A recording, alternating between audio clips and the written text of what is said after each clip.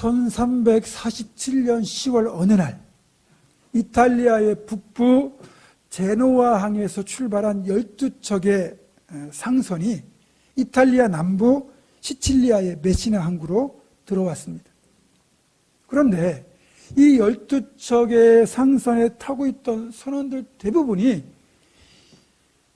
이상한 질병으로 죽어가고 있었습니다.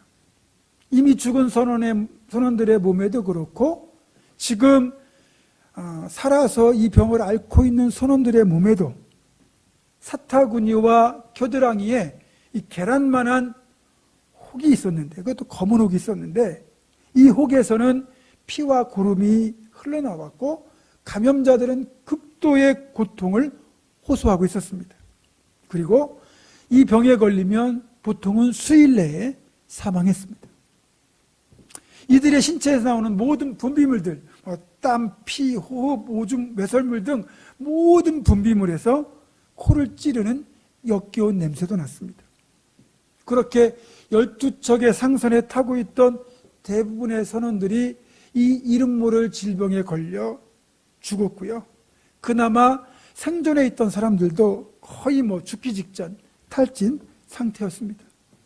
깜짝 놀란 항구 측에서는 부랴부랴 배를 항구에서 멀리 떨어진 바다로 격리를 했습니다. 그리고 그 배에 있던 선원들도 따로 격리를 했는데 이미 이 12척의 상선에 있던 쥐들이 그렇게 이제 부두로 나오면서 그 쥐들을 통하여 결국 유럽 전역에 이 질병이 퍼지기 시작했습니다. 그리고 그 당시 유럽 인구의 3분의 1이 이 질병으로 인해서 죽었다고 합니다. 이 질병이 어떤 거냐? 피부가 검게 변해서 죽는다. 그래서 흑사병, 원래 병명으로는 패스트라고 부릅니다. 유럽에 이 패스트가 수십 년 동안 창궐을 했거든요. 그 당시 유럽 인구가 6천만 명 정도로 추정이 되는데 2천만 명이 넘는 사람들이 이 패스트로 인해서 속수무책으로 죽었다고 합니다. 지금 우리가 코로나로 인해서 상당히 어려움을 겪고 있는데 이런 코로나와는 비교조차 안 되는 정말 죽음의 재앙이다 말할 정도의 끔찍한 질병이었습니다. 그런데 오늘 본문을 보니까 패스트와 비슷하게 추정되는 재앙이 나옵니다. 그렇죠? 독한 종기라는 재앙의 형태, 그리고 나중에 보게 되면 이제 이 독종의 형상을 딴 금지를 만들거든요. 그걸 보면 아무래도 패스트와 비슷한 재앙이 블레셋 땅에 임했다고 볼 수 있습니다. 사무엘상 5장 6절입니다. 여호와의 손이 아스돗 사람에게 엄중히 더하사 독한 종기의 재앙으로 아스돗과 그 지역을 쳐서 망하게 하니, 이렇게 되어 있습니다. 결국 아스돗을 포함하여 이 괴가 가는 모든 곳에 하나님이 보내신 이 재앙이 임하니까 블레셋 전역이 죽음의 공포에 휩싸일 수밖에 없었습니다. 아스돗에서 시작해가지고 괴가 가는 곳마다 이 독종으로 치심을 받았거든요. 괴가 있는 곳에서 이미 독종이 시작됐죠. 그래서 급한 마음에 이 괴를 다른 곳으로 옮기면 그곳에서 새롭게 또 재앙이 시작됩니다. 그리고 사람들이 이제 이 병에 걸려 죽어가고 또 속수무책으로 죽어나갑니다. 곳곳에서 절규가 나오죠. 죽음의 공포가 블레셋 전역을 지금 덮고 있습니다. 블레셋 입장에서는 사실 황당할 거예요. 자기들이 전쟁에서 이겼잖아요. 그리고 자기들의 신이 전쟁에서 자기들을 이기게 해서 이스라엘의 신의 상징인 괴까지 자기들이 전리품으로 탈취했는데 승리의 기쁨도 잠시, 다곤 신상이 이 여호와의 괴 앞에 엎드러지고 망가진 것을 시작으로 해서 지금 독종 재앙이 블레셋 전역으로 퍼져나가고 있잖아요. 이해가 되지 않을 겁니다. 사실 이 언약궤는 블레셋에서 볼 때 자기들의 승리의 기념품, 전리품, 트로피예요. 그런데 이 트로피가 오히려 엄청난 재앙을 가져오는 것을 보고 두려움에 빠지게 됩니다. 도무지 이해할 수 없는 상황이 이들 앞에 펼쳐지면서 비로소 그제야 블레셋 사람들은 진짜 신이 누구인지를 처절하게 깨닫고 있었습니다. 자기들에게 승리를 가져다 준 줄 알았던 다곤이 진짜 신이 아니라 사실은 이스라엘의 하나님 여호와가 진짜 신이었음을 그렇게 죽음의 공포를 통해서 깨닫고 있었습니다. 이렇게 전능하신 하나님, 편재하신 하나님은 블레셋 땅에서도 하나님이 하나님 되심을 재앙을 통해서 드러내시면서 언약궤가 있는 모든 곳에서 그렇게 두려운 재앙이 나타납니다. 결국 블레셋의 지도자들은 임시방편으로 이 지역에 있는 궤를 다른 지역으로 옮겼고 또 그 지역에 재앙이 시작되면 또 다른 지역으로 옮겨야만 했습니다. 그러면 블레셋 사람들의 입장에서 볼 때 궤가 자기 지역으로 오는 것을 반기겠습니까? 죽음의 재앙이 자기들 성읍으로 온다고 그러면 칼과 창을 들고서라도 막아서야죠. 절대 우리 지역에는 못 들어온다. 그렇게 막아설 때까지 이 재앙은 계속되었습니다. 우리도 코로나가 확산되던 초창기에 외국에서 한국으로 들어오는 것을 아예 그냥 원천적으로 봉쇄하자, 입국을 막자는 주장이 있었죠. 예전에야 사람들의 이동이 거의 없었기 때문에 지역 봉쇄가 가능했지만 글로벌 시대에 이런 건 해결책이 될 수 없습니다. 어쨌든 전염성이 강한 질병이 퍼지기 시작하면 그때는 걷잡을 수 없이 퍼져나갑니다. 자, 그렇다면 여러분, 지금 성경에 나타난 이런 독종과 같은 재앙, 또 이 시대에 우리가 겪는 이런 재앙들, 이것들을 신앙적으로 어떻게 받아들이고 어떻게 해석해야 될까요? 성경에도 보면 여러 종류의 재앙이 나옵니다. 독종, 전염병 같은 재앙들이 나타나는데 이런 재앙이 언제 나타났고 왜 나타났는지를 본다면, 그래서 그 이유를 우리가 어느 정도 추측할 수 있다면 이 원인을 파악해서 교훈을 얻고 이 원인에 반대되는 대로 행동을 하면 이것을 재앙이 아니라 축복의 기회로 만들 수도 있을 겁니다. 자, 첫 번째 케이스입니다. 공동체의 지도자가 하나님을 대적할 때, 교만하게 행할 때 공동체 전체에 재앙이 나타났습니다. 여러분, 공동체 지도자가 있으면 그 지도자는 개인이 아닙니다. 공동체 전체를 대표하는 대리자입니다. 따라서 이 공동체의 지도자 한 사람이지만 그 한 사람이 하나님을 대적하고 교만하게 행한다면 이건 하나님 앞에 커다란 죄악이 되어서 하나님이 그 공동체에 재앙을 내리는 경우가 나타나죠. 대표적인 케이스가 바로 이집트의 파라오 아닙니까? 파라오는 이집트 전역을 다스리는 통치자입니다. 그런데 그가 마음을 완악하게 해서 하나님의 하나님 되심을 인정하지 않고 끊임없이 교만하게 대적할 때 결국 하나님은 이집트에 10가지 재앙을 내려서 그들을 징계하셨습니다. 처음에는 강물이 피가 되는 재앙, 그리고 두 번째가 강물에서 개구리가 올라오는 재앙, 그리고 이집트 전역에 이가 생기고 파리가 생기고 악성 종기가 생기고 독종이 나타나고 우박, 메뚜기, 그리고 흑암이 덮는 재앙, 마지막으로 장자를 치는 10번째 재앙까지 그 모든 재앙의 원인은 하나같이 파라오가 하나님을 교만하게 대적했기 때문에 나타난 재앙들입니다. 출애굽기 5장 2절입니다. 바로가 이르되 여호와가 누구이기에 내가 그의 목소리를 듣고 이스라엘을 보내겠느냐? 나는 여호와를 알지 못하니 이스라엘을 보내지 아니하리라. 이스라엘 백성을 내보내라는 하나님의 명령을 끝까지 파라오가 이렇게 불순종했을 때 결국 이집트의 10가지 재앙이 임해서 이집트 전역을 초토화시켰습니다. 그리고 마지막 재앙에는 파라오의 집안을 포함하여 모든 가정의 첫 번째 맏아들, 그리고 모든 짐승의 첫 새끼까지 그렇게 장자와 첫 새끼가 죽는 끔찍한 재앙까지 겪고 나서야 비로소 하나님께 항복하고 이스라엘을 내보내지 않았습니까? 하나님을 대적했을 때 돌아오는 것은 결국 재앙밖에 없습니다.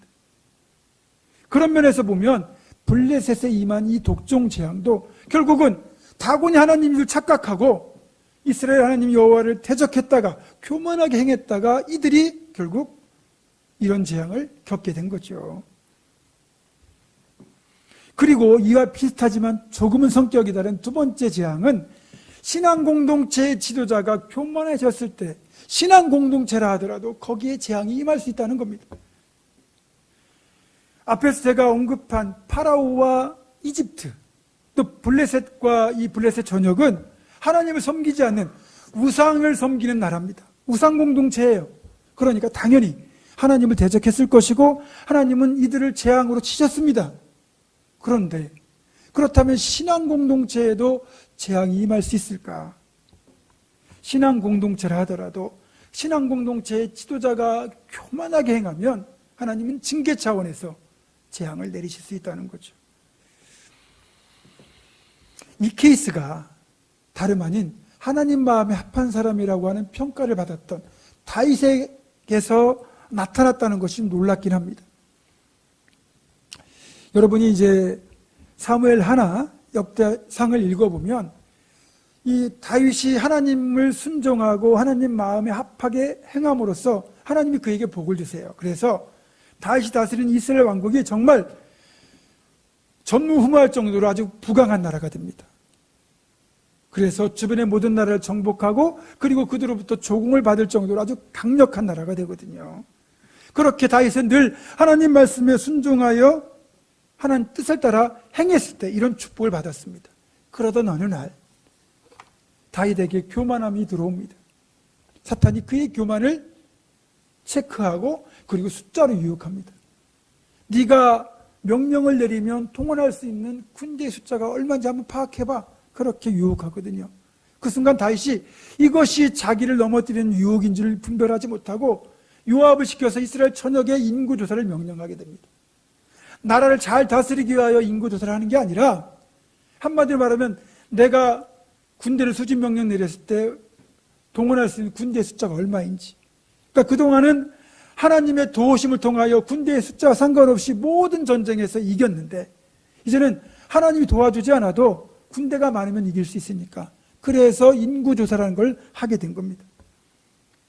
늘 신앙 고백을 통하여 하나님이 나의 힘이 되시고 나의 반석이 되시고 나의 요새가 되시고 나의 피할 바위가 되시고 산성이 되시고 도우심이 된다고 그렇게 고백하며 그 고백대로 살았던 다윗이었는데 어느 날 하나님 복 주셔서 그렇게 강성해지니까 그만 교만한 마음에 하나님의 도우심을 의지하지 않고 군대를 의지하려는 그런 교만한 죄를 짓고 말았던 겁니다. 하나님 앞에 커다란 범죄가 되는 거예요. 뒤늦게 인구조사를 마칠 무렵 다윗은 자신이 하나님 앞에 엄청난 죄를 졌다는 걸 깨닫습니다. 그래서 하나님 앞에 회개하지만 이미 때는 늦었습니다. 신앙인일수록 신앙 공동체의 지도자일수록 이렇게 하나님 앞에 바르지 못하게 행했을 때 그것이 얼마나 큰 죄악인가를 깨닫게 하시기 위하여 하나님이 이스라엘 전역에 재앙을 내리는데 3일 동안 전염병이 돌아서 무려 7만 명의 사망자가 나타나게 됩니다. 교만은 다윗이 범했는데 그로 인한 징계는 이스라엘 공동체가 받아야 했습니다. 이해가 되지 않겠지요. 그러나 공동체의 지도자는 단순히 개인이 아니라 그 공동체를 대표하기에, 특별히 신앙 공동체의 지도자는 그 신앙 공동체 전체를 대표하기에 하나님 앞에 교만한 죄를 지으면 자기뿐만 아니라 공동체 전체가 이렇게 아픔을 겪게 될 수 있다는 거예요. 그래서 신앙 공동체의 지도자는 정말 신앙으로 바로 서야 되고 늘 지혜롭게 분별하고 그리고 겸손하게 행하여야 합니다. 한 사람의 잘잘못이 자기뿐만 아니라 공동체의 미래를 좌우하거든요. 철저히 하나님만 의지해야 되고 끝까지 겸손해야 됩니다. 잠언 18장 12절은 이렇게 말씀해요. 사람의 마음의 교만은 멸망의 선봉이요 겸손은 존귀의 길잡이니라. 신약 야고보서에도 동일한 말씀을 합니다. 4장 6절입니다. 그러나 더욱 큰 은혜를 주시나니 그러므로 일렀을 때 하나님은 교만한 자를 물리치시고 겸손한 자에게 은혜를 주신다 하였느니라. 여러분, 모두가 겸손해야 되지만 특별히 지도자는 더 겸손해야 됩니다. 특별히 저 같은 경우는 우리 보문중학교의 공동체를 대표하는 지도자지요. 또 여러분은 우리 교회 내에 또 여러분이 속한 공동체의 그런 소그룹의 또 지도자입니다. 그러니까 저와 여러분이 이렇게 하나님만 의지하고 겸손하게 행할 때 하나님 우리에게 복 주시는 것이고, 우리가 자칫 교만하여 잘못된 길로 가면 우리 한 사람의 아픔이 아니라 공동체 전체의 아픔으로 이어질 수도 있다는 겁니다. 저와 여러분이 하나님 앞에 겸손하게 끝까지 하나님만 의지하고 순종함으로써 우리 보문중앙의 공동체와 여러분이 속한 모든 공동체를 그렇게 복된 공동체로 만들어 가기를 주님의 이름으로 부탁합니다. 세 번째 키 있습니다. 공동체 전체가 탐욕을 부릴 때도 재앙이 임할 수 있습니다. 출애굽 이후 이제 가나안 땅에 들어가기 전에 광야 40년을 지내잖아요. 그 광야 40년 동안 이들은 하나님 매일같이 내리시는 만나로 그렇게 끼니를 해결할 수 있었습니다. 만나가 안 내린 적이 없어요. 그런데 매일 먹는 만나가 지겹다고 불평을 시작하는데, 이집트에 있을 때처럼 우리가 고기를 실컷 먹고 싶다고 그렇게 탐욕을 부리며 불평이 시작되더니 이 불평이 다 퍼져나갑니다.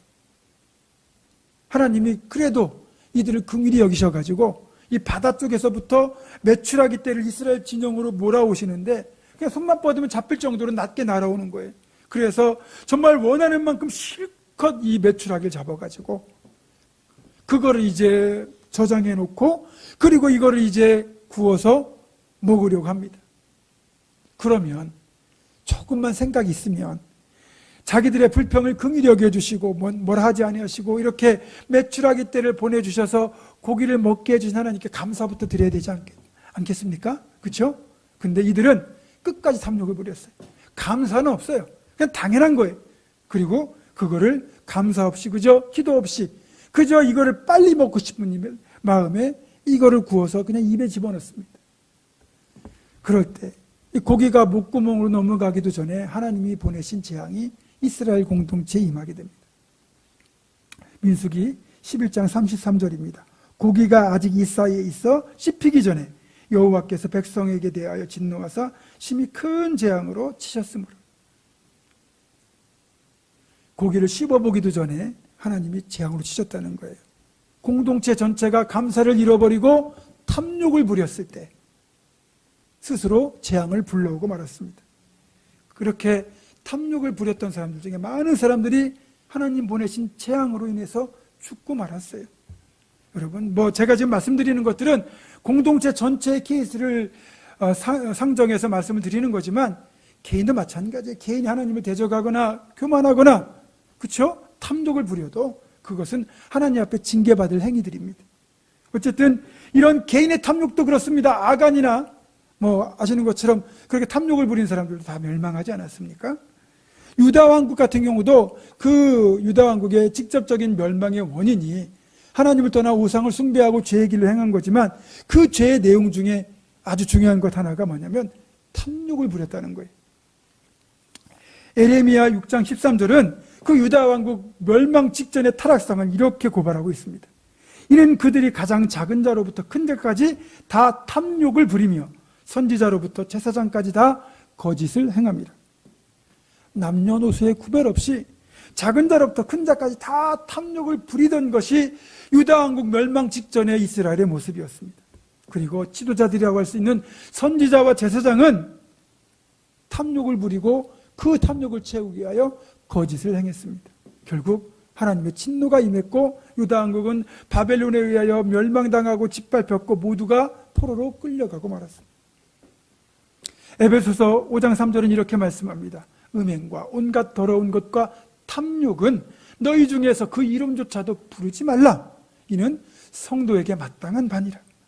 자, 그러면 어떻게 됩니까? 우리는 자족하는 삶을 살아야 되겠죠? 빌립보 4장 11절과 13절입니다. 내가 궁핍함으로 말하는 것이 아니니라. 어떠한 형편이든지 나는 자족하기를 배웠느니 내게 능력 주시는 자 안에서 내가 모든 것을 할 수 있느니라. 아멘. 자, 능력 주시는 자 안에서, 내게 능력 주신 자 안에서 내가 모든 걸 할 수 있다. 정말 기가 막힌 믿음의 고백이죠. 여기에는 전제 조건이 있습니다. 자족할 때 능력 주시는 하나님 안에서 우리가 모든 걸 할 수 있는 거지, 탐욕을 부릴 때는 그게 안 됩니다. 우리는 하나님께서 내게 주신 것에 대하여 만족하며 자족하는 삶을 살아야만 합니다. 그러면 하나님 우리와 함께 하시고 우리의 능력이 되어 주셔서 하나님 안에서 우리가 모든 것을 할 수 있는 거죠. 탐욕하는 대신에 자족하는 삶을 살아가는 우리 모두가 되기를 주님의 이름으로 축원합니다.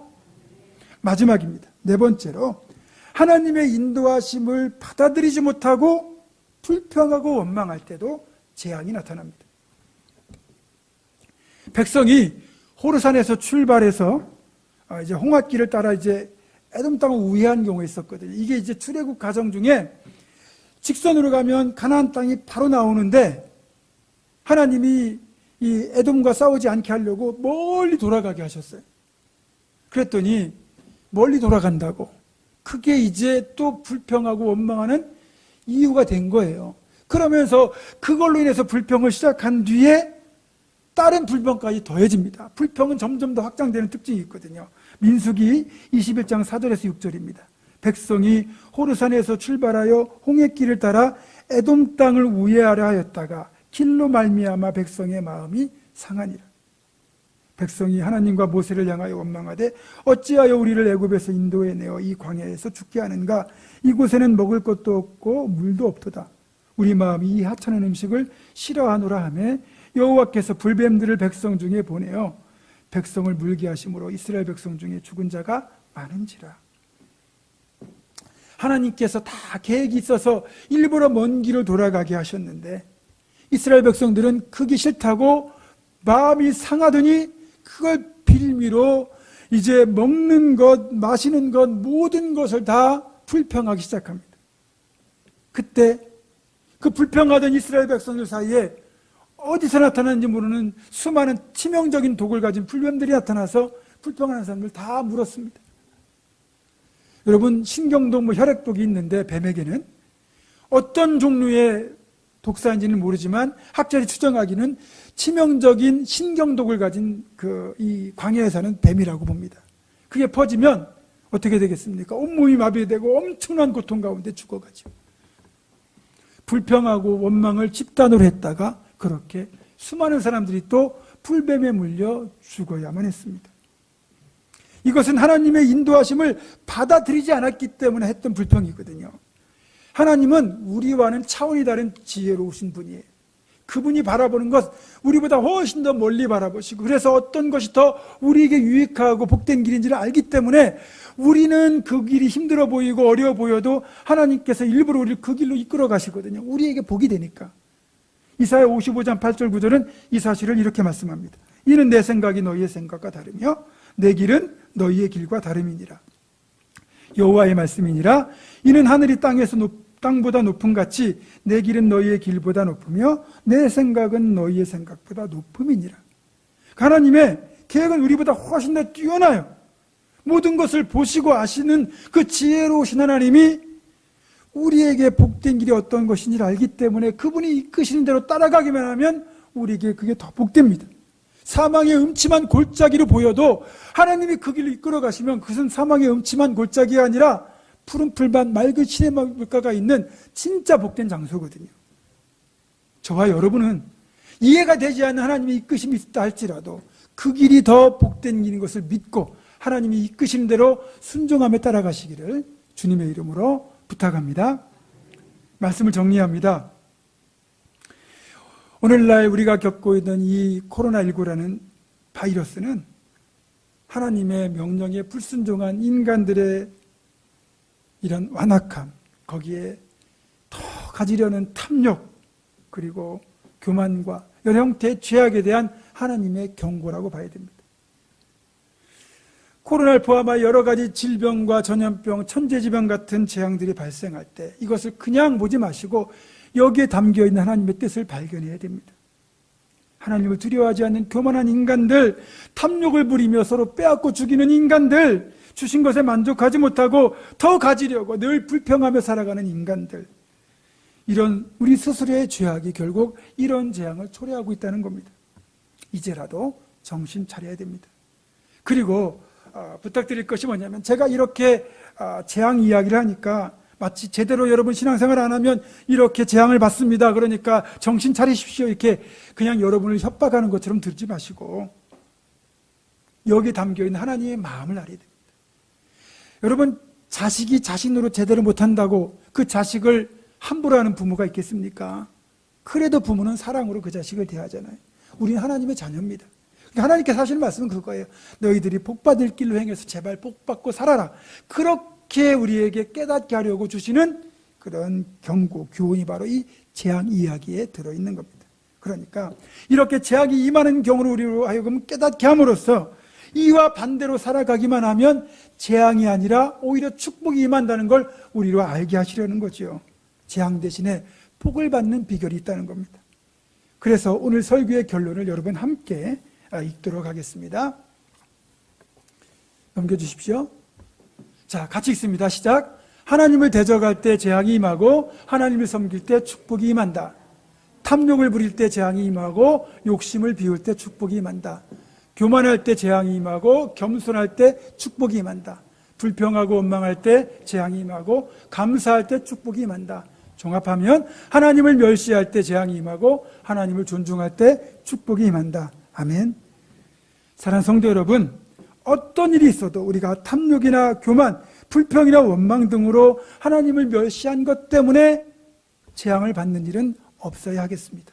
대신에 자족하고 겸손하고 감사하며 무엇보다 하나님을 존중하는 삶을 살아서 그렇게 재앙 대신에 축복의 주인공으로 살아가는 저와 여러분 되기를 주님의 이름으로 축원합니다. 기도하겠습니다. 행한 대로 갚으시는 아버지 하나님, 우리 모두는 탐욕과 교만, 불평과 원망을 멀리하고 하나님께 순종하며 자족과 겸손과 감사로 하나님을 존중하는 삶을 살게 하셔서 재앙 대신에 축복의 주인공이 될 수 있도록 이끌어 주시옵소서. 우리 주 예수 그리스도의 이름으로 기도드립니다. 아멘.